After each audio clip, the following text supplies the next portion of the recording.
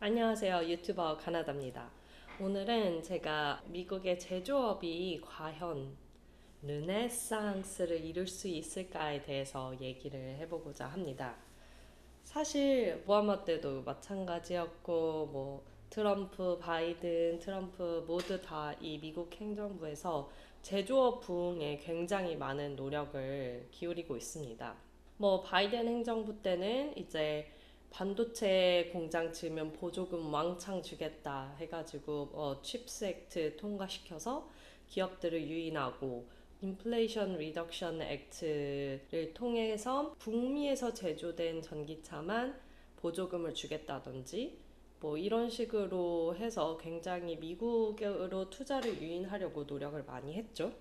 또 이제 트럼프 정부도 미국으로 투자를 유인하는 거는 같은 맥락인데 관세로 위협을 하고 개별 기업을 상대로 하는 게 아니라 국가를 상대로 너네 국가에서 이 정도 투자를 가져오지 않으면 우리 관세 25% 매길 거야 이런 식으로 지금 투자를 유인하려고 굉장히 노력을 하고 있죠.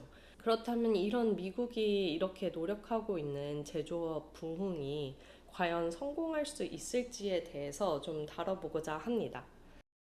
우리나라도 굉장히 제조업 부흥에 노력을 기울이고 있어요.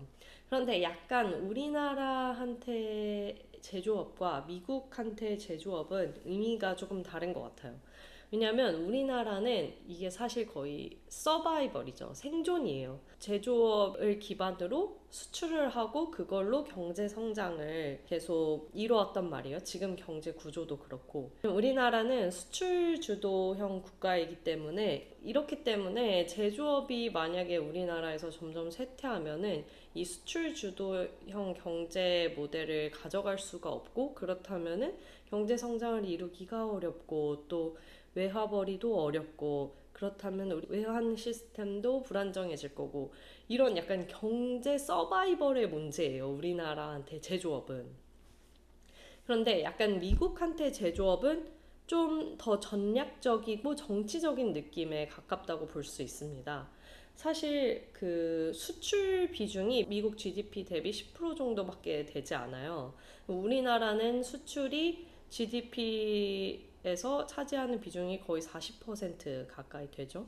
그러다 보니까 이게 의미가 다른데 미국은 일단 미중 경쟁에서 우리가 좀 공급망 안정성을 확보하겠다. 라는 이런 어떤 외교 안보적인 전략이 있고 또 한편으론 국내적으로는 러스트벨트 지역이 과거에 엄청 제조업으로 먹고 살던 지역인데 이게 제조업이 쇠퇴하면서 러스트벨트 지역도 많이 쇠퇴했죠. 그리고 그쪽에 일자리도 많이 없어지고 중산층, 그러니까 과거 대학을 졸업하지 않아도 이 공장에서 안정적으로 일을 할 수 있는 사람들이 지금 일자리를 많이 잃으면서 이 사람들의 표심, 이 지역의 표심을 이끌어오기 위해서 어떤 제조업 부흥, 중산층을 위한 일자리 이런 것들을 많이 정치적으로 내세우고 있는 상황이에요.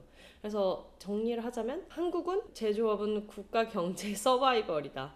그리고 미국은 약간 전략적인 외교 안보적인 이유, 그다음 국내 정치적인 이유 이런 것들이 좀 더 의미하는 바가 크다라고 볼 수 있어요.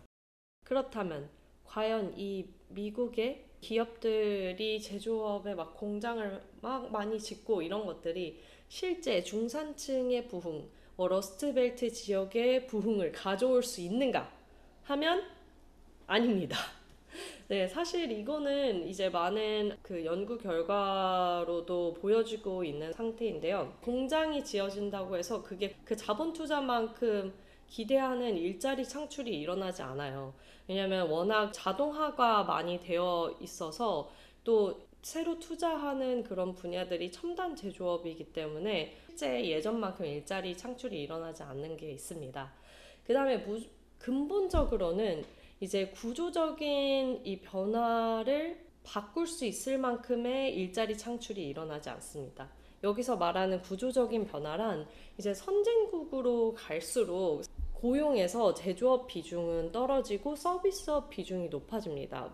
부가가치 면에서도 마찬가지지만 특히 일자리 측면에서는 더더욱 이런 현상이 두드러지는데 뭐 간단하게 설명하면 이런 거죠. 제조업은 이제 갈수록 생산성이 높아진단 말이에요. 그냥 단순한 예로 한 명이서 한 시간 동안 TV 한 개를 만들었다고 가정을 합시다. 그런데 이게 시간이 지나면 기술이 발전하고 뭐 여러 가지 기계들이 도입되고 하면서 한 명이 한 시간에 TV를 10개를 만들 수가 있는 거예요. 그런데 TV에 대한 수요는 이게 한 개에서 10개로 이렇게 그만큼 증가하지 않습니다. 그러다 보니까 그만큼 고용이 줄어들 수밖에 없는 거죠. 그런데 또 마찬가지로 그러면 그냥 많이 만든 것만큼 수출하면 되는 거 아니냐라고 쉽게 생각할 수도 있지만 다른 나라에서 이미 더 저렴한 비용으로 만들어서 역으로 수출, 그러니까 수입을 하는 입장이기 때문에 이걸 많이 만든다고 해서 또 수출할 수 있지도 않아요. 특히 선진국으로 갈수록 임금이 높아지죠. 왜냐? 서비스에 대한 수요가 늘어나고 사람들이 돈을 많이 벌면은 두 배로 번다고 해서 TV를 막 두세 개, 자동차를 두세 개 더 사기보다는 서비스에 대한 소비를 많이 하게 된단 말이에요. 서비스에 대한 수요도 높아지고 또 서비스 임금이 올라가면은 그만큼 제조업 임금도 올라갈 수밖에 없죠. 왜냐면 내가 한 시간에 일해서 서비스업을 일을 하면은 한 시간당 20불을 받는데 제조업에서 일하면 10불을 받는다고 하면 인력들이 서비스업으로 이동을 하겠죠. 그러면서 전반적으로 이 인건비도 비싸지고 그만큼 선진국에서 만드는 제품, 이 제조업 상품에 대한 수요도 적어지고 이러다 보니까 구조적으로 이제 서비스업에 대한 고용 비중이 더 높아지고 제조업에 대한 고용 비중이 낮아질 수밖에 없단 말이에요. 이런 그 변화는 거스를 수 없는 변화인 거예요. 그러니까 아무리 미국이 기업들 미국에 다 투자해 엄청 일자리를 많이 창출하란 말이야 이렇게 아무리 쪼아도 그 흐름에 벗어나는 만큼의 일자리를 창출하기는 어렵다라는 게 일단 요지고 그 다음에 또 두 번째는 이런 새로운 투자들이 러스트벨트 지역에 일어나지 않고 있다는 것도 주목할 만한 포인트죠. 사실 남부에 많이 투자가 진행이 되고 있어요. 아리조나, 네바다, 텍사스, 조지아, 알라바마 이런 좀 남부 지역 중심으로 기업들이 새로운 투자를 많이 하고 있고 이 북동부의 예전 러스트벨트 지역에 새로운 투자는 그렇게까지 많이 일어나고 있지 않은 점도 또 쇠퇴한 지역 일자리 창출을 다시 회복하기는 어렵다는 거를 보여주는 것도 있죠. 왜냐면 러스트벨트 지역의 그 예전에 있던 제조업들이 망해가는 속도가 새로 신규 투자하는 속도보다 더 빠르다는 거죠. 이제 그런 측면이 있고 그 다음에 또 이제 중요한 거는 인력 그 자체의 문제도 있어요. 미국은 일단 제조업을 아웃소싱 하게 된 지 지금 오래됐기 때문에 몇십 년 동안 이 노하우를 잃어버린 것도 있고 그런 제조업 일자리에 대한 인력 교육이 많이 안 돼 있는 것도 사실이에요. 그리고 무엇보다도 중요한 거는 미국의 이런 제조업 기업의 문화가 제조업에서 요구하는 경쟁력이 없다는 거를 설명을 하고 싶어요. 넷플릭스에서 2019년에 나온 아메리칸 팩토리라는 다큐멘터리인데 거기 보면은 중국 기업이 러스트벨트 지역인 오하이오에 새로 어떤 자동차 부품 공장을 투자를 합니다. 근데 그 영화를 보면 이 중국 제조업 문화를 여기 이 미국 기업에 이식하려고 하는 그 노력과 거기에서 나오는 충돌 이런 게 보이는데 정말 그런 미국의 제조업이 경쟁력을 잃어가는 이유를 약간 단적으로 보여주는 다큐멘터리가 아닌가라는 생각이 들긴 했거든요.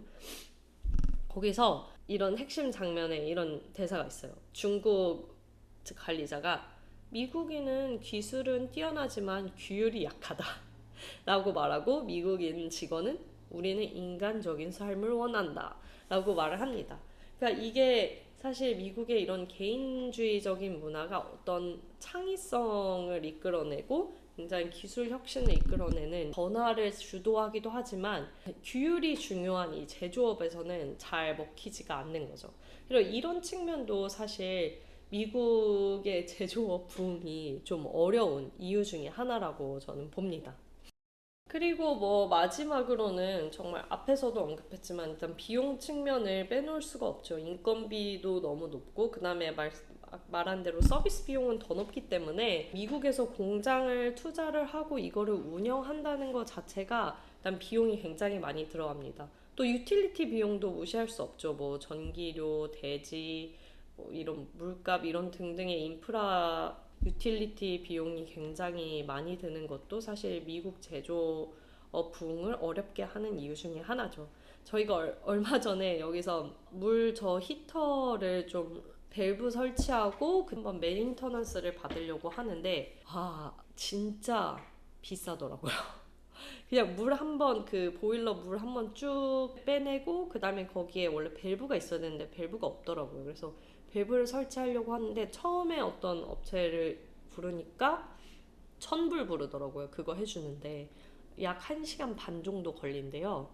1000불을 불러가지고 와, 그래서 일단 안 한다고 했어요. 일단 좀 생각해 보려고. 그래서 이제 이거를 그러면은 이거 어차피 1000불 들 바에는 그냥 새 거로 갈자. 그게 더 낫겠다. 해가지고 이제 막 새 거를 가려면 얼마나 드는지 또 다른 업체를 불러가지고 물어봤어요. 그랬더니 9,000불 얘기하더라고요. 그래서 그 다음에 그래서 저희가 겨우겨우 수소문해가지고 이웃한테 물어봐서 좀 로컬 업체 잘 아시는 분으로 이렇게 소개를 받아서 했는데 결과적으로는 저희가 480불에 했거든요. 근데 이게 이런 새로 기계 다는 이 비용은 100불도 안 했고 순수 인건비만 380불이 나왔어요. 1시간 반 동안의 순수 인건비만 380불을 저희가 지불하고 그걸 했거든요. 그래서 와, 역시 미국은 인건비가 서비스 비용이 진짜 비싼 나라다라는 걸 다시 한번 느꼈습니다. 그러니까 이런 것들을 고려하면은 그렇게 비싸지 않는 그런 제조업 상품들을 생산한다는 것 자체가 사실 굉장히 어려운 일인 것 같아요. 근데 이제 많은 기업들은 그럼에도 불구하고 새로 투자를 하고 있죠. 왜냐? 이제 뭐 지정학적인 리스크를 고려하는 것도 있고 너무 그러니까 싸다고 한 바구니 계란을 다 담을 순 없으니까 예전에는 뭐 중국에 다 투자를 했지만 지금 이 미중 경쟁 상황에서 어떤 뭐 수출 규제나 수입 규제가 일어날지 모르는 상황에서 이쪽 시장에 팔 거는 이쪽 시장에서 생산하자라는 이런 논리로 이제 새로 투자를 하고 있는 측면도 있고 또 아까 처음에 말했던 대로 워낙 미국 정부에서 대놓고 이제 푸시를 하니까 이제 미국에 투자를 하고 있죠.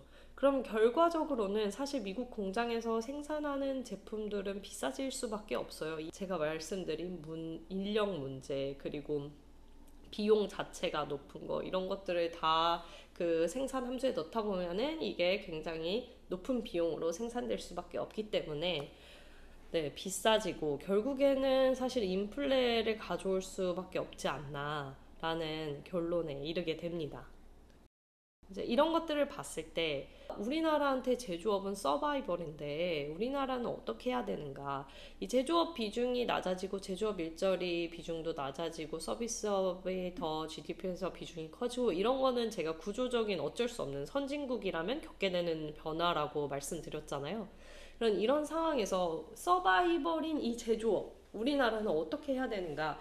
이런 거를 좀 고민해 볼 필요가 있는 것 같아요. 일단 비싼 인건비를 후려치거나 이거는 말이 안 되잖아요. 그거는 이미 주어진 약간 고정 요소이고 그리고 뭐 우리나라도 사실 뭐 전기료도 더 비싸질 날만 남아 그런 유틸리티 비용은 앞으로도 가격이 오를 텐데 우리나라가 그럼 추구해야 되는 전략이 뭐냐 하면은 그러니까 양보다 품질에 신경을 더 많이 써야겠죠. 그러니까 인력도 무조건 일자리를 많이 창출하겠다 이런 거라기보다는 좀 더 고품질의 인력을 양성을 하겠다라는 거에 좀 더 포커스를 둬야 될 것 같고 이런 노하우를 잃지 않기 위한 노력들도 필요하고 제일 중요한 건 사실 기술이죠. 핵심 기술을 가지고 있고 그거를 제조업에 녹여내는 그것을 보유하고 계속 발전시키는 게 가장 중요하겠고 또 마지막으로는 최근 이렇게 대두된 지정학적 리스크 이런 것들을 고려해서 우리나라가 어떻게 신뢰할 수 있는 생산 지역이 될 것인가에 대한 고민도 같이 필요한 시점이라고 생각이 듭니다. 물론 우리나라와 미국은 좀 다른 여건에 있지만 이런 것들을 보고 앞으로 우리나라가 가야 할 방향을 잘 고민해 보는 것이 중요할 것 같습니다.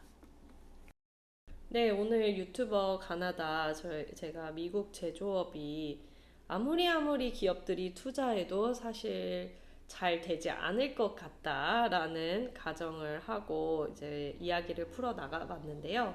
앞으로도 제가 종종 미국 이슈, 제가 평소에 궁금하다고 생각했던 거나 아니면 최근에 굉장히 주목을 받고 있는 이슈에 대해서 좀 정리를 잘 해드리려고 합니다. 그러니까 좀 구독해 주시고요. 아직 제가 구독자가 14명이에요. 이렇게 제가 인기가 없을 때 구독을 해뒀다가 제가 나중에 인기가 많아지면은 나 14명일 때부터 구독했는데 할 수 있잖아요. 그러니까 유튜버 가나다 꼭 구독해주세요. 감사합니다.